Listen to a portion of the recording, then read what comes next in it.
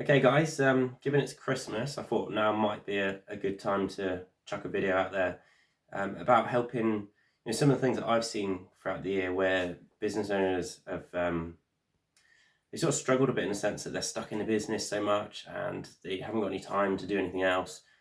So everyone keep coming up to me and saying, look, I work stupid hours and there's no way I can get out of it. So, one of the things what the good businesses have done compared to the ones that do come up to me and say that is that they've almost created a turnkey operation. So there's a really good book out there called the EMyth. If you're starting up and you're looking to grow, I'd really suggest reading it. And one of the things he suggests is that you create a turnkey operation. So you try and make the business as automated as possible. So you can literally just push the go button. You can work on the business, but you're not necessarily in it. So there's three really good ways to do it. I always call it OAO principle. So you optimize a process. So you yourself are going to have to go through the process. It's all part of growing a business, right? So you're going to have to work out what is the most optimal way of doing something. You're obviously going to get that wrong a few times, but eventually you'll get it right. Write it down, record it, make sure it's down on paper. Don't just keep it in your head, because that is one of the biggest problems. That's one of the biggest faults to this solution. If you just keep it in your head, it's not going to work. So the next one is automate. Right, if you guys have got a really good process, can you automate it in some way?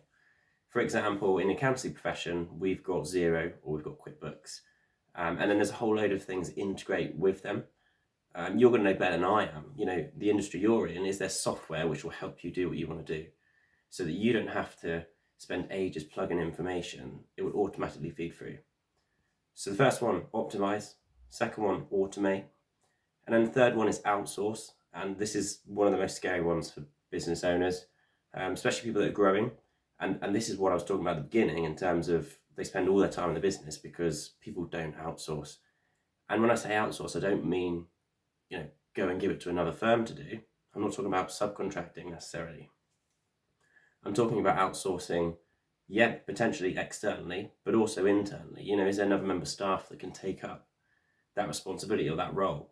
You don't have to do everything, and actually your goal should be to create loads of these, optimize all the different systems and processes and then give them out to people. You don't want to be doing all of them.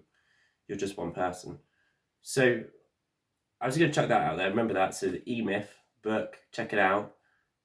It should hopefully help you in 2020 and give you a chance to take a step back. I mean, that's the biggest issue. People just hang on to stuff and are unwilling to give it away. And I think people just need to take that risk.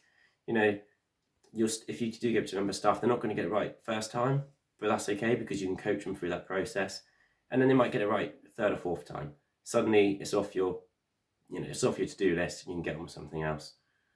So I hope that helps. Have a good Christmas, and I'll see you guys in the new year.